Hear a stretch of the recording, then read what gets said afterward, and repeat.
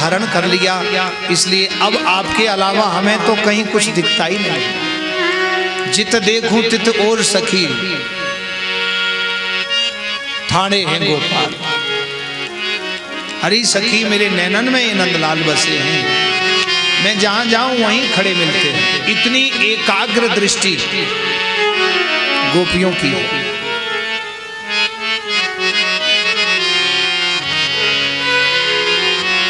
घनश्याम तुम्हारे पाने को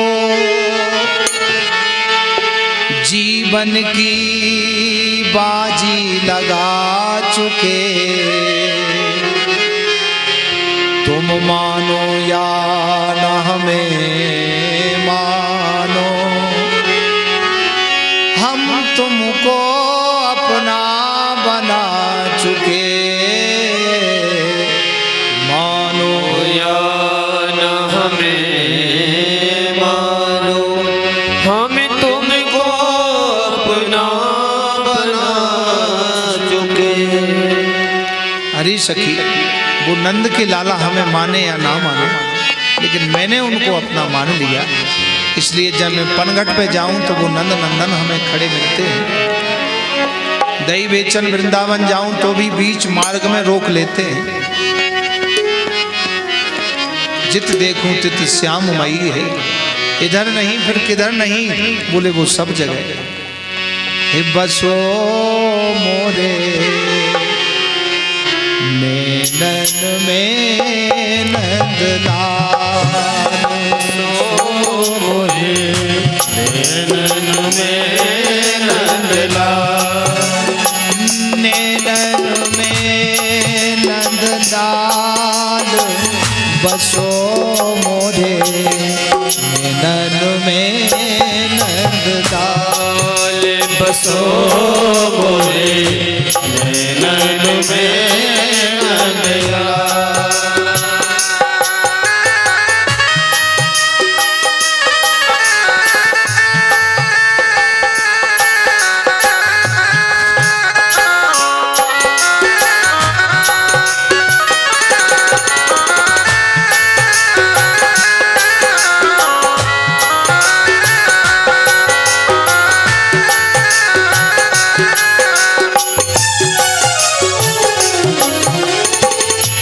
जब जल जाऊं जमुना भरन को, जब जल जाऊं जमुना भरन को, जब जल जाऊं जमुना भरन को, जब जल जाऊं जमुना भरन को, ठाणों मिले गोपाल, ठाणों मिले गोपाल, बसो मोरे नैनन में नंदलाल, बसो मोरे नैनन में नंदलाल, नैनन में नंदलाल, बसो मोरे नैनन में नंदलाल, बसो मोरे नैनन में नंदलाल।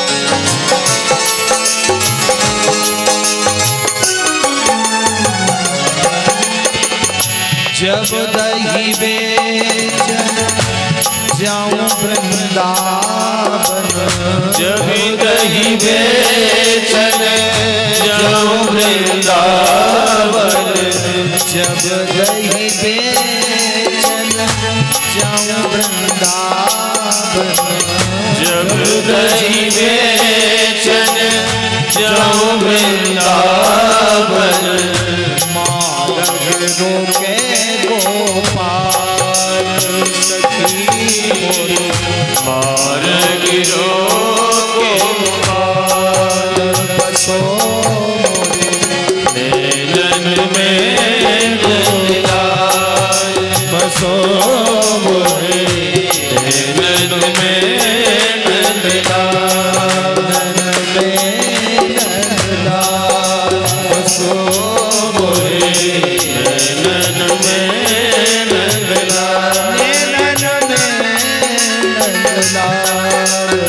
सोए नैनन में नंदलाल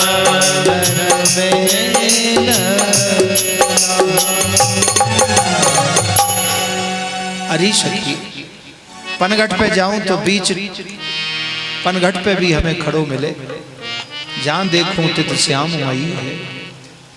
श्री कृष्ण प्रेम एकाग्र चित्त चतुर्विधा विधा भजन्ते भजन्ते माम जनाः सुकृति नोर। भगवान कहते हमारे 4 प्रकार के भक्त हैं। चतुर्विधा जनाः सुकृति नोर जुना, आर्तो जिज्ञासु अर्थार्थी ज्ञानी चा भरत सभा। आर्त भाव भक्त, ज्ञानी भक्त, जिज्ञासु और अर्थार्थी। अर्थार्थी श्री ध्रुव जी महाराज, आर्त भक्त श्री द्रौपदी जी, श्री परीक्षित जी, गोपियां, ज्ञानी जनक जी महाराज, उद्धव जी महाराज। भगवान तो प्रेमी है। भगवान श्री कृष्ण के विरह वियोग जन्म में घनश्याम मुरारी मधुसूदन आओ आओ मेरे प्यारे मनमोहन, ये दुखिया करे पुकार, हरि आ जाओ एक बार। गोपियां पुकारती हैं, भगवान आ जाते हैं। वैसे तो दुर्योधन ने भी 56 भोग लगाए लेकिन भगवान नहीं आए, लेकिन सागबाजी का भोग विदुर जी के यहाँ भोग लगाया। तो ये क्या है? केवल प्रेम और भाव। भावो विद्यते देवाः पाषाणेन मृडमये, सर्वत्र विद्यते देवाः भावो तत्र ही कारणात्। भगवान तो भाव और प्रेम से प्रकट होते हैं। सनकादि ऋषि भगवान की कथा कह रहे हैं, तो भावपूर्ण जब भक्तों के हृदय में ये भाव प्रकट हो गया तो भगवान प्रकट होकर मनोहर रूप धारण कर रहे हैं। सबके मन को हरण कर लिया, केवल कृष्ण दिखाई दे रहे हैं। मन में इतनी प्रसन्नता है। पीतवासा मनोहरा, चौथा रूप कांची कलाप रुचिरोल लसन मुकुट कुंडला। एक कांचन रूप धारण किया है भगवान, जो कोटि कंदर्प दर्प दमने अखिल रसामृत सिंधु नंदनंदन। जो करोड़ों कामदेव भी जिन भगवान की उस दिव्य रूप सुधा का पान करके दर्शन करके लज्जित हो जाते हैं कि धन्य है प्रभु, आपके जैसा त्रिभुवन सुंदर कोई नहीं है। ऐसे भगवान ने 5वां रूप कांचन रूप धरा है, दिव्य रूप, कांचन दिव्य रूप धारण किया। और 6वां बोले परमानंद चिन्मूर्ति मधुरो मुरलीधरा, आविवेश सुभक्तानां हृदयान्यमलानि च। 6वां रूप भगवान का परमानंद है। परमानंद क्या है? बोले एक तो होता है विषयानंद, एक होता है सर्वानंद, एक होता है परमानंद। तो सर्वानंद तो ऐसा है कि आया गया, और विषयानंद थोड़ा आया, जिसको किसी को पकौड़े खाने का जीभ का विषय है, रस का, पकौड़े खा लिए, आनंद तो आया, बड़े बड़ा अच्छा लगा, लेकिन बोले एक और ले लो, एक और खा लिया, एक और ले लो, एक और बढ़िया मिर्ची का खा लिया। और जैसे ही खाया खूब आनंद आया, लेकिन अब वो मिर्ची ने असर दिखाया बाबूजी के पेट में। सो जो आनंद आया और पता लगा कि दोनों सुर चालू, उल्टी दस्त शुरू। तो पंडित जी गए, बाबूजी कहाँ? डॉक्टर के पास। तो डॉक्टर साहब ने बोतल चढ़ा दी, 500 रुपये बोतल के, 1000 रुपये फीस के, 200 रुपये दवाई के, 2000 रुपये का बिल बैठा दिया, और 100 रुपये के पकौड़े खाए होंगे। तो इसको कहते हैं विषयानंद। शब्द स्पर्श रूप रस गंधा। ये हमारा शरीर 5 तत्वों से बना हुआ है, पृथ्वी जल तेज वायु आकाश। Our body is made up of 5 elements. There are earth, water, air, fire and sky. Only 5 elements. ये फिजिकल बॉडी जो है 5 तत्वों से बना है। यदि इसमें से एक तत्व भी कम हो गया, यदि अर्थ तत्व नहीं मिला, पृथ्वी तत्व नहीं मिला, तो उसको निमोनिया हो जाए, सर्दी लग गई। पृथ्वी तत्व कम पड़ गया, उसको बैलेंस रखना। और यदि ज्यादा पानी आ गया तो पानी भर जाए, बोले किडनी में पानी भर गया गुरुदेव में, तो वो भी ठीक नहीं। ये 5 तत्व ही पंच परमेश्वर हैं। इन पंच देव उपासक हमारी आस्तिक जनता है, तो 5 देवों की पूजा करना चाहिए।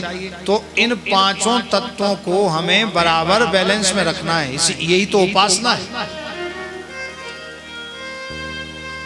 पानी की कमी हो गई तो फिर आदमी नहीं चल सकता, बीपी लो हो जाएगा और एकदम से वो गिर जाएगा, फिर उसको डिप लगती है, बोतल चढ़ती है, फिर ठीक हो गया। तो 5 तत्वों से बना हुआ ये शरीर पंच परमेश्वर को प्रिय है, और पंच परमेश्वर को जब प्रिय है तो इसको पंच देव की उपासना करना चाहिए। तो हमें जल तत्व वरुण देवता देते हैं, अग्नि तत्व सूर्य देवता देते हैं, अर्थ तत्व पृथ्वी तत्व पृथ्वी माता से मिलता है, आकाश तत्व घनश्याम, हमें आकाश देवता भगवान घनश्याम की सेवा पूजा करना चाहिए। इसलिए शिव तत्व, पृथ्वी तत्व, जल तत्व, सूर्य तत्व, आकाश तत्व, ये 5 तत्वों की पूजा ही तो पंचदेव उपासक है। इसलिए क्षितिजल पावक गगन समीरा पंच रचित अति अधम शरीरा, यदि ये साधना में लग गया तो बड़े भाग मानस तनु पावा हो गया, सुर दुर्लभ सदग्रंथन गावा। और यदि ये साधना से अलग हो गया तो फिर ये अधम शरीर कहा गया है। इसलिए शरीर माध्यम खलु धर्म साधन, ये मानव का शरीर धर्म के लिए साधन बनाया गया। श्री बड़े भाग्य मानस तनु पावा, बड़े भाग्य मानस तनु पावा, बड़े भाग्य मानस तनु पावा, बड़े भाग्य मानस तनु पावा, सुरे दुर्लभ सत ग्रंथन गावा, सुरे दुर्लभ सत्संग गावा, क्षितिजल पावक गगन समीरा, क्षितिजल पावक गगन समीरा, पंच रचित अति अधम शरीरा, पंच रचित अति अधम शरीरा। ये बड़े भाग्य से मानव शरीर पाया है। इसलिए 5 विषयों में से एक विषय में भी आसक्त ना होए, क्योंकि मानव के अंदर 5 विषय हैं। आगे कथा आएगी। एकादश स्कंद में दत्तात्रेय जी ने 24 गुरुओं से शिक्षा ली, 25वां गुरु अपना शरीर बनाया। तो बोले 25वां गुरु ये मानव शरीर इसलिए है कि इसमें 5 विषय होते हुए भी ये विषयों से अलग है। तो 25वां गुरु हमारा ये मानव शरीर है, क्योंकि एक एक विषय में एक एक जीव अपने प्राणों की आहुति दे देता है। शब्द स्पर्श रूप रस गंध। बहेलिया बीन बजाता है और बीन बजा के वो मुग्ध हो जाता है हिरण, और बाण मार देता है। शब्द सुन के वो मर जाता है। पतंगा रूप देख के मर जाता है, मछली स्वाद में मर जाती, हाथी स्पर्श में मर जाता है। लेकिन आदमी के अंदर, इंसान के अंदर तो 5 विषय हैं। ये क्यों नहीं मरा? बोले 5 विषयों से परे है। 5 विषय तो हैं इसके अंदर, लेकिन आसक्त नहीं होता है। और यदि जब आसक्त हो जाता है तो फिर ये भी मारा जाता है। इसलिए 25वां गुरु हमारा शरीर है।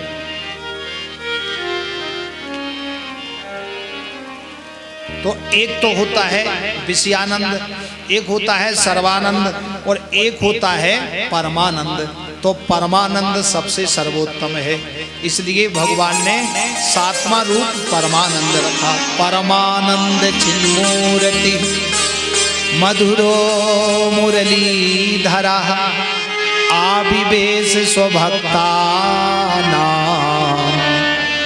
हृदयान्यमलानि च हृदयान्यमलानि च। परमानंद चिन्मूर्ति मधुरो मुरलीधरा,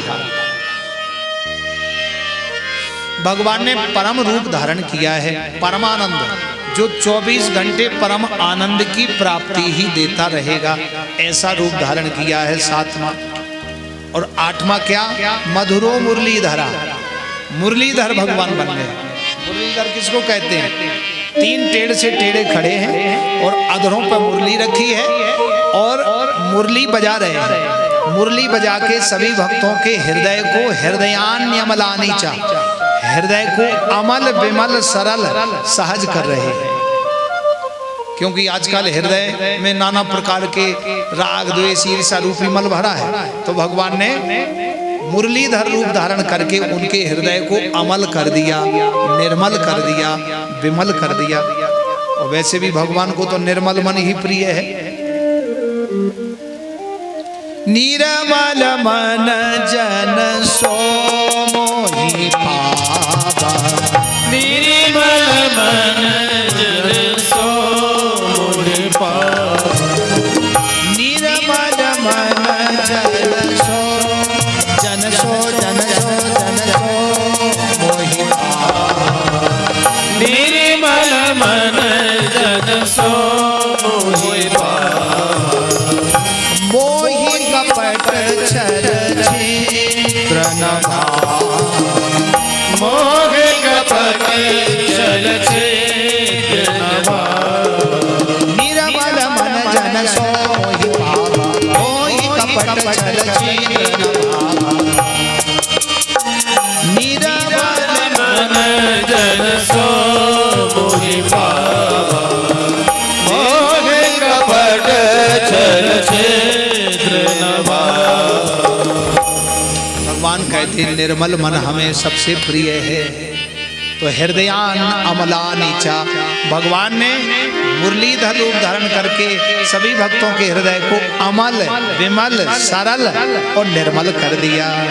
निर्मल मन जन सो मोहि पावा, भगवान कहते हैं हमें तो निर्मलता चाहिए, सरलता चाहिए। इसलिए भगवान मुरलीधर गोविंद माधव मुरली बजा रहे हैं और 3 टेढ़ से टेढ़े खड़े। 8वां रूप है भगवान का। और 9वां रूप क्या है? बोले त्रिभंग ललितश्चारु कौस्तुभेन विराजितः कोटि मन्मथ लावण्यो हरिचंदन चर्चितः, कोटि मन्मथ लावण्यो हरिचंदन चर्चितः। 9वां रूप भगवान का हरि रूप है। बोलिए हरि भगवान की जय। हरि कौन है? भगवान श्री नारायण। हरे राम राम राम हरे हरे, हरे कृष्ण कृष्ण कृष्ण हरे हरे। तो इसमें सभी भगवान आ गए, राम आ गए, कृष्ण आ गए और शंकर जी आ गए। और हरि में विष्णु, हरि। तो फिर बोले हरि रूप है भगवान का 9वां रूप। और हरि चंदन, हरि चंदन किसको कहते हैं? हरि चंदन है भगवान श्री कृष्ण ने 9वां रूप धारण किया हरिद्वार में कनखल में, सभी श्रोताओं को दर्शन दे रहे हैं। तो 9वां रूप है हरि रूप और हरि चंदन धारण किए हुए। तो हरि चंदन किसको कहते हैं? भगवान ने तुलसा जी की शुष्क काष्ठ को लेके, जो तुलसा जी सूख गई तो उनको लिया और लेकर के उनको घिसा और घिस करके चंदन बनाया और चंदन बना के संपूर्ण श्री अंग में लेपन कर लिया। क्या प्रभु की महिमा है। किसी ने पूछा कि प्रभु आपने हरि चंदन धारण क्यों किया? इसको हरि चंदन कहते हैं। हरि चंदन चर्चिता, चर्चित माने वो विकसित हो रहा है, सुगंध जैसे ऐसे लग रहा है कि तुलसी के वन में बैठे। तुलसी की लकड़ी जो काष्ठ है घिस करके पूरा भगवान ने श्री संपूर्ण श्री अंग में लेपन कर लिया। किसी ने पूछा कि भगवान ने ये क्यों लगाया? जो भगवान श्री राधा रानी के बिना एक पल नहीं रहते, तो इसलिए लगाया भगवान ने कि हमारी प्रिया श्रीजू तुलसा जी में निवास करती है, और श्री जी तुलसा जी में निवास करती हैं। कौन से में? बोले जो हरा तुलसा जी का वृक्ष हो, पौधा हो उसमें, लेकिन ये तो सूख गया। बोले इसमें भी श्री तुलसा जी श्री राधा रानी जी निवास करती थी, तो इसमें उनका अंश है। तो ये भले ही सूख गया, लेकिन हमारी प्रियाजू का अंश इसमें है, तो वो अंश हम अपने अंग में लेपन कर लेंगे तो उनकी पूर्ण कृपा हमको प्राप्त हो जाएगी। इसलिए भगवान ने हरि चंदन धारण किया और हरि रूप धारण करके, क्योंकि वृंदा कहते हैं तुलसी को, वृंदा भक्ति को, और वृंदा प्रेम का रूप है। इसलिए भगवान ने वो प्रेमा पद, प्रेमास पद प्राप्त किया, क्योंकि वो पद तो श्री प्रियाजू के पास ही है। श्री जी के अलावा, राधा रानी के अलावा और किसी के पास है ही नहीं। प्रार्थना की है गोपी।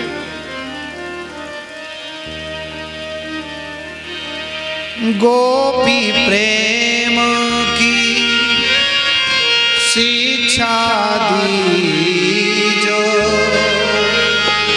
कैसे मोहे अपनो कर दी। गोपी प्रेम की शिक्षा दी जो, कैसे मोहे नौकर दी। तोरे गुण गाऊं दिवस बिताऊं, तोरे गुण गाऊं दिवस बिताऊं, मृग बरसाऊं कीजिए कृपा की गो श्री राधे, कृपा की गो श्री राधे, कृपा की गो। बुरो भलो जे सो तुम्हारो, तुम करुणामयी नेत्र निहारो। बुरो भलो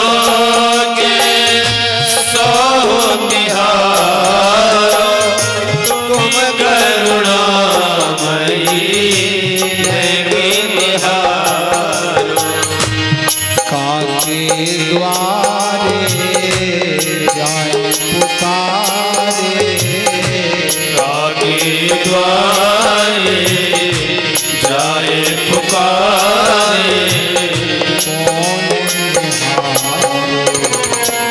दीने दुखी कियो श्री राधे, कीजिए कृपा की गो कृपा की गो।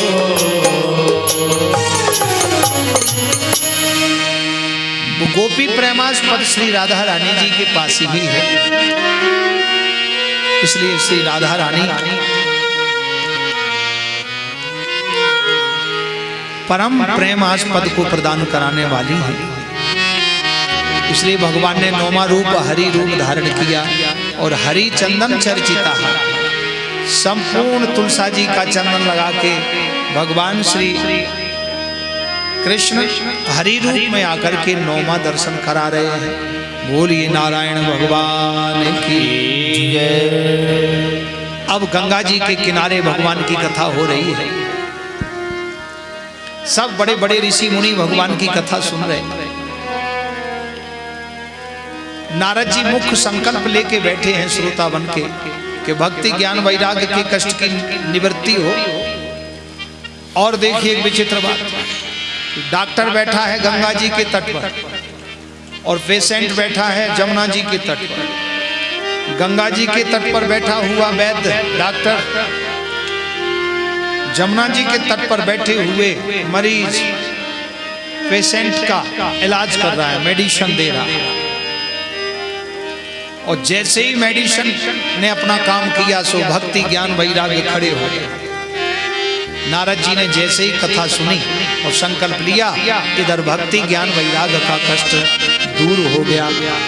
खड़ी हो गए, भक्ति ज्ञान वैराग्य खड़े होकर नाचने लगे, क्योंकि नाचता वो ही है जिसका मन और तन ठीक हो।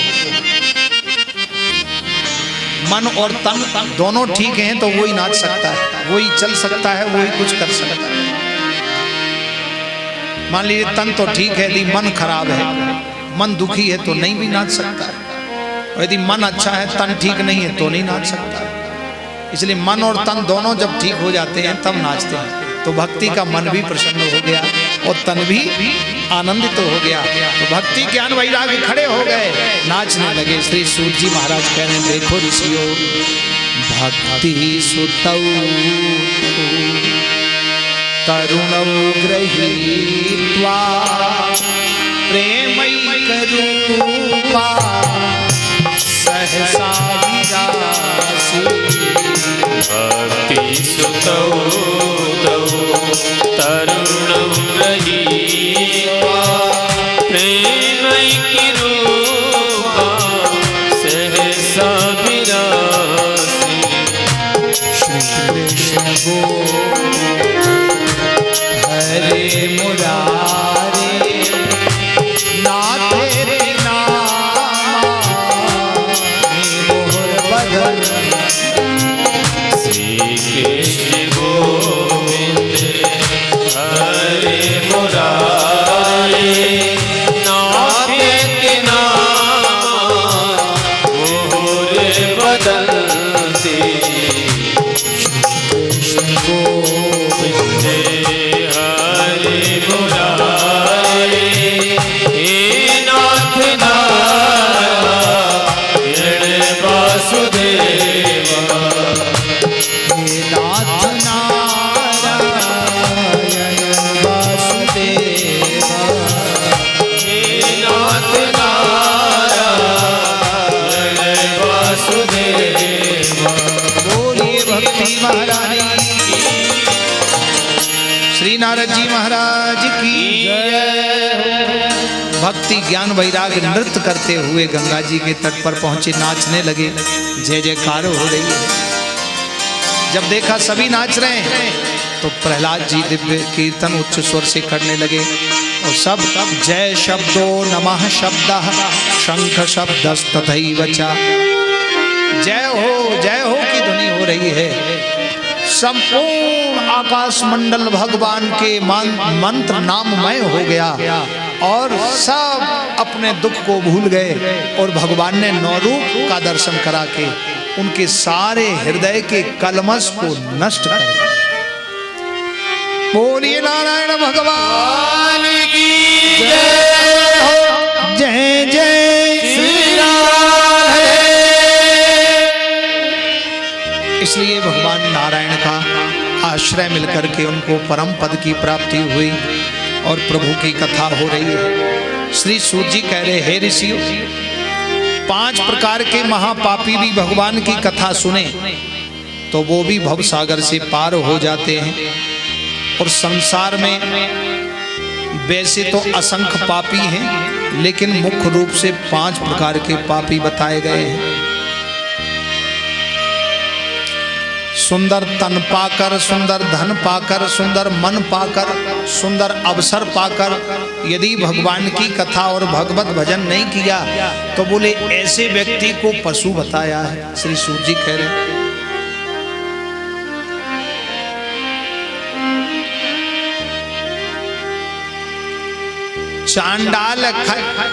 चांडाल वच्च खरवत वत तेन नीतम मिथ्यासु जन्म जननी जनि दुख भाजा।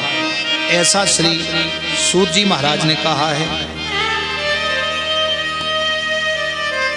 बोलो वृंदावन बिहारी लाल की जय। बोले महाराज वो 5 प्रकार के महापापी कौन है? बोले ए मानवा पापकृतस्तु सर्वदा सदा दुराचार्य रता विमार्गगा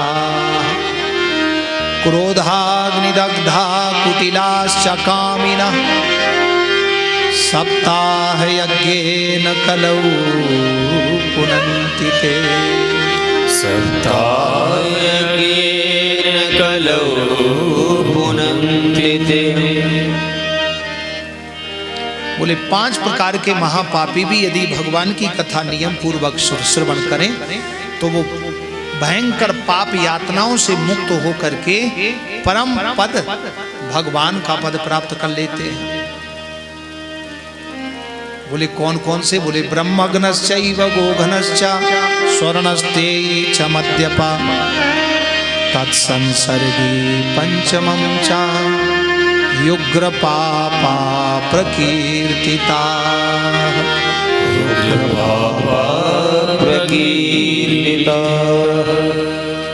बोले पहला महापापी वो जिसने ब्राह्मण के जाय को मार दिया, निरपराध प्राणी की हत्या कर दी, पहला महापापी।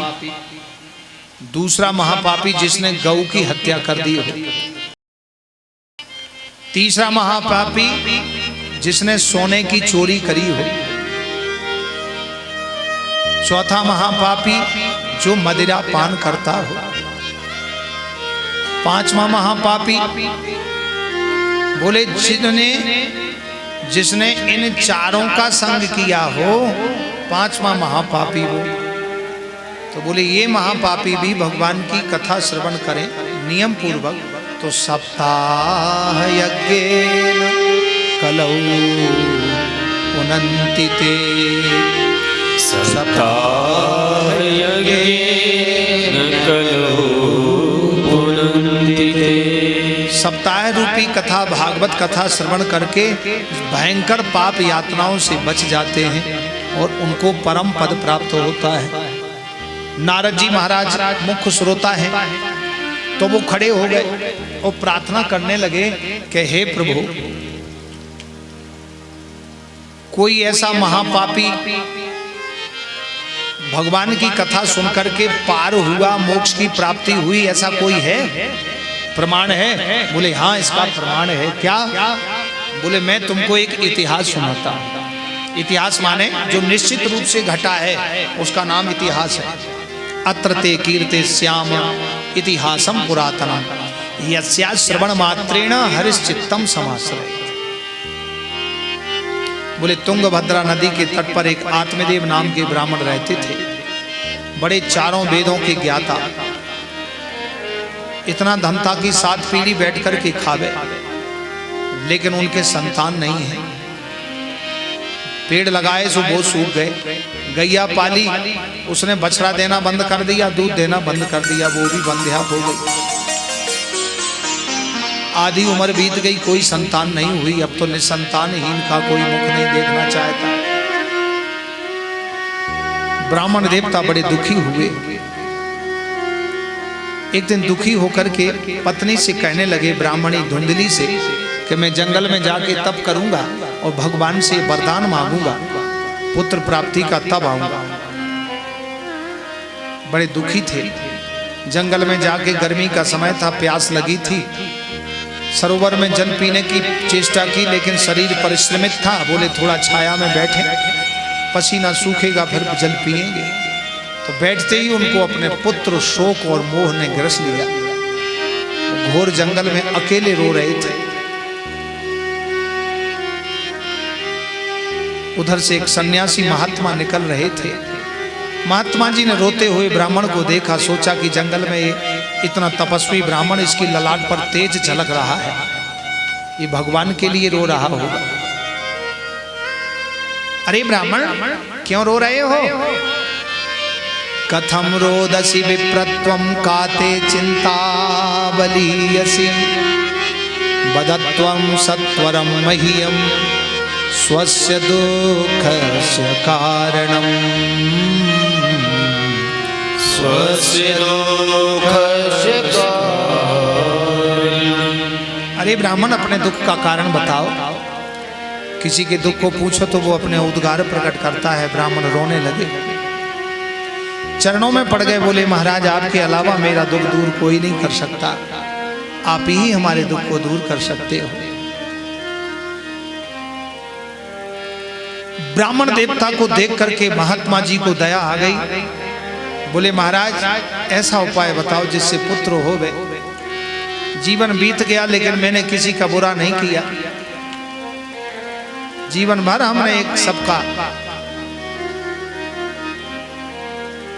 काम साधा, परोपकार किया। चारों वेदों का ज्ञान, बड़ी पंडिताई, संपत्ति बहुत है लेकिन संतान नहीं है।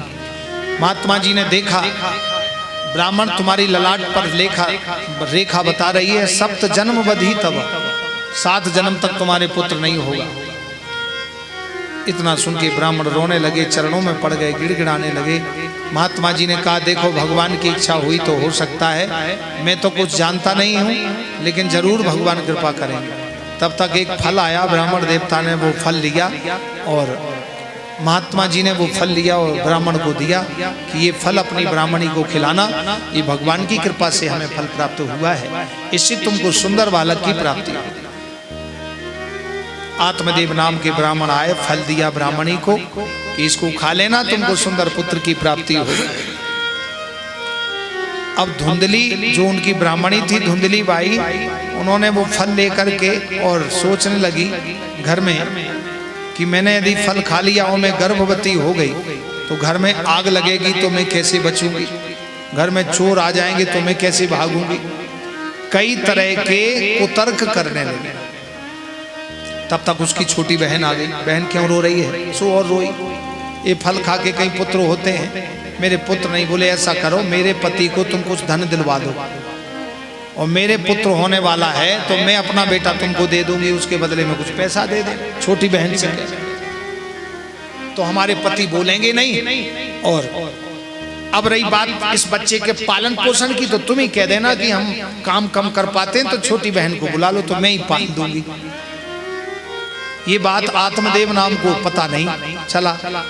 उन्होंने अंदर ही पुत्र भी जन्म हो गया। उसने अपने रातों रात अपनी बड़ी बहन के यहाँ दे गई, पैसा की गड्डी भिजवा दी, 1 लाख 2 4 10 लाख,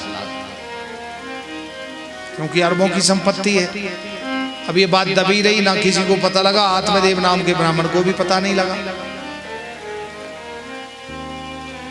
अब तो ब्राह्मण ने देखा भगवान की ऐसी कृपा हुई कि वो फल जो था वो गाय को खिला दिया था, तो पुत्र ब्राह्मणी के भी पुत्र हुआ और गाय के भी पुत्र हुआ।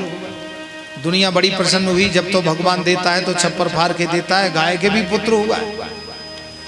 अब नामकरण हुआ तो नामकरण में गोकर्ण का नाम तो गोकर्ण ही रखा, क्योंकि गौ कर्ण, गाय के जैसे कान है जिस बालक के, उसका नाम गोकर्ण। अब धुंधकारी का नाम रखना था, सो धुंधली आ गई, कहने लगी क्या हो रहा है? बोले नामकरण। बोले देखो जी, बच्चा मैंने जन्म दिया बच्चे को और इस बच्चे का नामकरण मैं करूंगी। ब्राह्मण बोले ठीक है तुम कर लो। बोले मेरा नाम धुंधली और मेरे बेटे का नाम धुंधकारी होगा। गुरुजनों की, माता पिता की आज्ञा का पालन अवश्य करना चाहिए, लेकिन धुंधकारी जब से पैदा हुआ तब से वो अपशकुन होने लगे, अशांति होने लगी घर में। इस प्रकार से भगवान ने अपनी लीला आगे की। अब धुंधकारी का जन्म हो गया। थोड़े ही समय में वो इतना उत्पात करने लगा कि स्कूल के लोग, गांव के लोग और अड़ोसी पड़ोसी सब परेशान। अब ब्राह्मण देवता सुबह से शाम तक उल्हाने सुनते हैं तो रोते हैं। एक दिन शराब पिए पड़ा था, आ रहा था मदिरा पान करके धुंधकारी, और पिता तो बैठे ही थे गुस्सा में, और 2-4 चांटे खींच दिए तमाचे, और जैसे ही चांटे लगाए तो नशे में था, जवान था, 18-20 साल का हो गया था। सो लौट के उसने भी एक चांटा जड़ दिया पिता को। इतने बड़े विद्वान बड़े दुखी हुए, रोए। आज गोकर्ण जी आए हैं, उन्होंने देखा पिताजी रो रहे हैं, रो रहे हैं पिताजी। आज मानो गोकर्ण जी ने ऐसा ज्ञान दिया कि गुरु ही बनकर के पुत्र आया। ऐसा सोच रहे हैं आत्मदेव। बोले हे पिताजी तुम क्यों रो रहे हो? बोले बेटा आज धुंधकारी ने मुझे मारा है। जिस घर में पिता की बेइज्जती हो, पिता से पूछो कितना कष्ट होता है। ऐसा कह करके आ गए भगवान श्री हरि के चरणों में। अब रो रहे थे पिताजी, तो आत्मदेव नाम के ब्राह्मण वो कहने लगे कि बेटा मैं क्या करूं? बोले पिताजी जिसके लिए तुम रो रहे हो वो तुम्हारा नहीं है। जिस घर में पिता का अपमान हो, उस पिता के दिल से पूछो कितना कष्ट होता है। आज गोकर्ण जी ने समझाया पिताजी जिसके लिए तुम रो रहे हो वो तुम्हारा नहीं है, और जिसके लिए रोना चाहिए उसको तुमने याद नहीं किया। हे पिताजी मैं भी आपका नहीं हूं, ये घर भी आपका नहीं है, मेरी माँ भी आपकी नहीं है, ना ये धुंधकारी आपका है। हे पिताजी ये शरीर भी आपका नहीं है, हमारी तो बात ही अलग। बोले देहे स्थिमांश रुधिरे भीमतिम त्यजत्वम जाया सुतादिषु सदा ममतां विमुञ्च पश्यानि सं जगदिदं क्षणभंगनिष्ठं वैराग्य राग रसिको भवभक्तिनिष्ठं वैराग्य राग रसिको भवभक्तिनिष्ठ। हे पिताजी ये जो शरीर है रक्त मांस मज्जा से बना है, तुम्हारा नहीं है। और हे पिताजी यहाँ तक कि इंसान जब मृत्यु को प्राप्त होता है तो उसके साथ क्या जाता है वो आपने सोचा? बोले बेटा हमने तो कोई सोचा नहीं। बोले हे पिताजी जब व्यक्ति मरता है तो उसके साथ क्या जाता है? बोले धनानि भूमौ पशवश्च गोष्ठे नारी द्वार जना श्मशाने देहश्चितायां परलोक मार्गे धर्मानुगो गच्छति जीव एका धर्मानुगो गच्छति जीव एका। हे पिताजी व्यक्ति जब मृत्यु को प्राप्त होता है तो धन उसका जमीन में गड़ा रह जाता है, भूमऊ पशुशाला में रह जाता है, गाड़ी गैरेज में रह जाती है। हे पिताजी और जो लॉकर हैं वो लॉकर बैंक में रह जाते हैं, एफडियां किसी को बता नहीं पाते। और जो कहता मेरा दाईं भुजा मेरा भाई है वो शमशान घाट तक का साथी होता है। जो मित्र हैं वो भी शमशान घाट तक जाते हैं, जला के आ जाते हैं। इसलिए हे पिताजी यदि तुम अपनी मुक्ति चाहते हो तो एवं सुतोक्ति बसतोपि गृहम विहाया यातो वनम स्थिर मतिर गत षष्ठी वर्षा युक्तो हरे रनुदिनम परिचर्या यासौ श्री कृष्ण माप नियतम दशमस्य पाठा। हे पिताश्री भागवत भगवान श्री कृष्ण का प्रतिमय वांग्मय रूप है, और जो दशम स्कंद है वो हृदय है। तो जाओ अपना मोक्ष चाहते हो तो भागवत के 10वें स्कंद का पाठ करना, तुमको भगवान का दर्शन हो जाएगा। आज गोकर्ण जी को ऐसे लगा मानो पुत्र ही गुरु बनकर के आया। धन्य है भक्ति, पुत्र ही गुरु बनकर के आया हो। बोले बेटा मैं क्या करूं? बोले पिताजी गत षष्ठी वर्षा तुम्हारे 60 वर्ष बीत चुके, अब जो वर्ष शेष हैं तुम भागवत के 10वें स्कंद का पाठ करना, तुमको भगवान का दर्शन होगा। आत्मदेव नाम के ब्राह्मण भागवत जी को सिर पे धारण करके बद्रिका वन में आए। ये बद्रिका वन यही है, और व्यास गुफा के पास में बद्रिका वन में बैठ के 10वें स्कंद का पाठ किया। 3 साल में भगवान का दर्शन हुआ और दिव्य विमान आया, भगवान के धाम को चले। बोलिए भागवत महापुराण की जय। जय जय श्री राधे, जय जय श्री राधे। भागवत भगवान के स्वरूप का दर्शन करके अब इधर गोकर्ण ने देखा धुंधकारी बड़ा अत्याचार करता, सो गोकर्ण जी घर से तीर्थ यात्रा करने चले गए। अब नकली माँ नकली बेटा बची। अब धुंधकारी ने जितने पाप कर्म 5 पापियों में होते वो अकेले धुंधकारी कर रहा है। जुआ, शराब, चोरी, हिंसा, लड़ाई झगड़ा, मार पीट, परधन परमन हरण आदि। इस प्रकार से नाना प्रकार के उत्पात करने लगा। नकली बेटा और नकली मां बचे।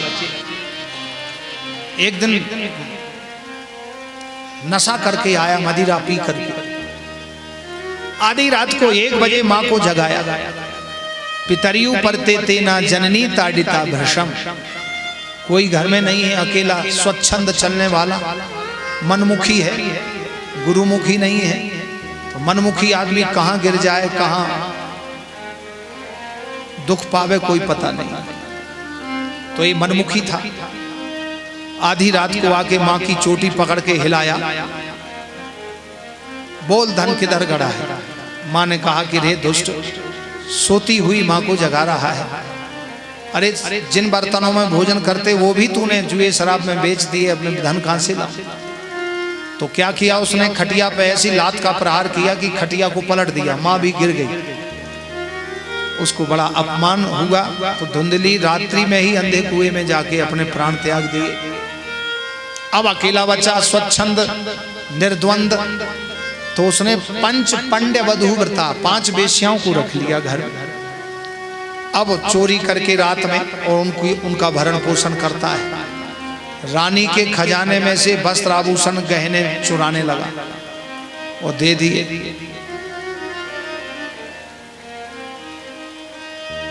ऐसा देखकर 5 वेश्याओं ने देखा कि ये तो रानी के गहने वस्त्र आभूषण हैं और एक दिन ना एक दिन पकड़े जाएंगे, तो इसको तो फांसी लगेगी, साथ में हम लोग भी मरेंगे, क्योंकि माल बरामद तो हम पर होगा। क्या करें, बोले सबूत मिटा दो। बड़े बड़े लोग ऐसे होते हैं ना जो कि दूसरे को मरवाना चाहते, बहुत लोग मरवा देते हैं और जिससे मरवाया उसको भी मरवा देते हैं। क्यों, उसको पुलिस पकड़ेगी तो मार पड़ेगी तो वो बताएगा, इसलिए सबूत मिटा दो। तो क्या किया उन्होंने, उसको खूब मोहमयी मदिरा पिलाई।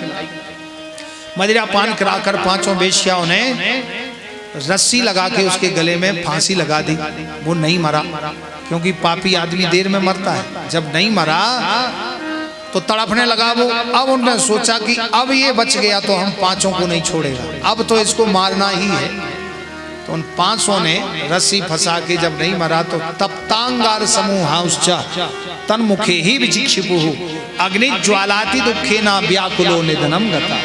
तपे हुए लाल आगी के अंगारे कोयले चिमटा में दबा के उसके मुंह में ठूस रहे। वो चिल्ला रहा है, चीख रहा है। चिल्लाया तो कपड़ा डाल दिया मुंह में। अंत में अकाल मौत मर गया। उसी के घर में उसी को मारा, उसी के यहाँ दफना दिया, जमीन के नीचे गाड़ दिया, ऊपर से मिट्टी से छाब लीप दिया।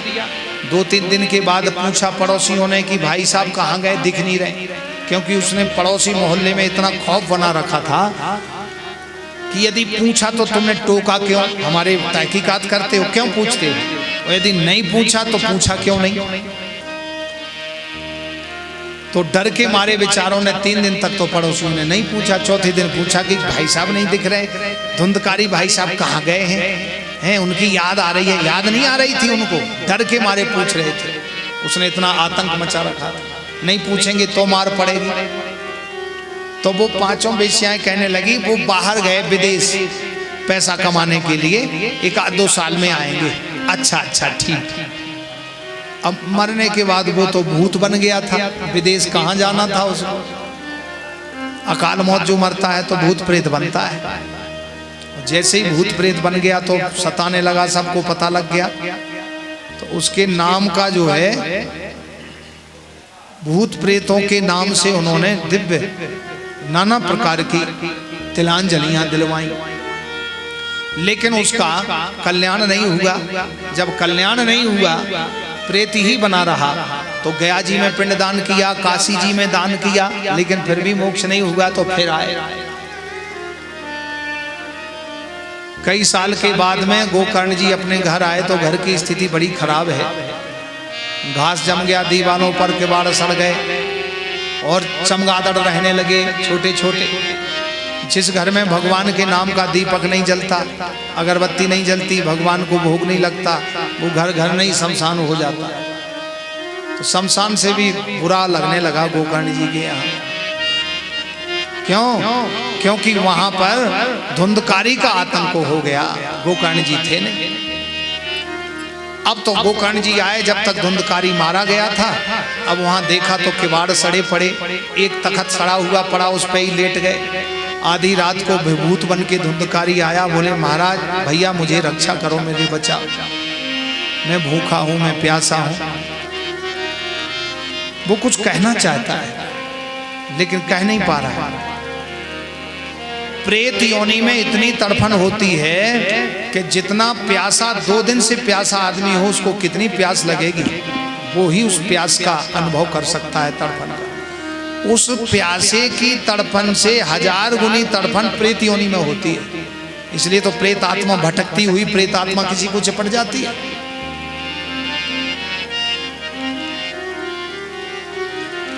गोकर्ण जी ने देखा कि ये कुछ कहना चाहता है लेकिन कह नहीं पा रहा है। कमंडल से जल लिया, गायत्री मंत्र 21 बार पढ़ के छोड़ा तो वो गोकर्ण के सामने धुंधकारी के रूप में आ गया और हाथ जोड़ के साष्टांग दंडवत किया और रोने लगा कि अहम भ्राता त्वदीयोस्मि धुंधकारी नामतः स्वकीयेनैव दोषेण ब्रह्मत्वं नाशितं मया ब्रह्मत्वं नाशितं मया। हाथ जोड़ के धुंधकारी गोकर्ण के चरणों में पड़ गया। हे भैया मैं तुम्हारा भाई धुंधकारी हूँ। ब्राह्मण कर्म मैंने नहीं किए, ब्राह्मण कुल में जन्म लेके मैंने ब्राह्मणत्व नष्ट कर दिया। मैंने बहुत से पाप किए, मुझे बचा लो, मैं प्यासा हूँ, मैं भूखा हूँ, मेरा शरीर जल रहा है, मुझे बचा लो। गोकर्ण जी ने कमंडल से जल लिया, गायत्री मंत्र पढ़ के उसको छोड़ा, थोड़ी शांति मिली। बोले जाओ कल तुम्हारा मुक्ति का उपाय बताएंगे। सुबह प्रातः काल संध्या वंदन करके गोकर्ण जी ने सूर्य नारायण को स्तंभित किया। सूर्य उपस्थान करके सूर्य नारायण ने आज्ञा दी, कथम वत्स तुम क्या चाहते हो? बोले महाराज मेरे भाई का उद्धार कैसे होगा जो प्रेत बन गया, जिसने कभी भजन नहीं किया, पूजा पाठ नहीं की, जप तप नहीं किया, पाप कर्म ही किए हैं, उसका उद्धार कैसे होगा? श्री सूर्य नारायण ने कहा कि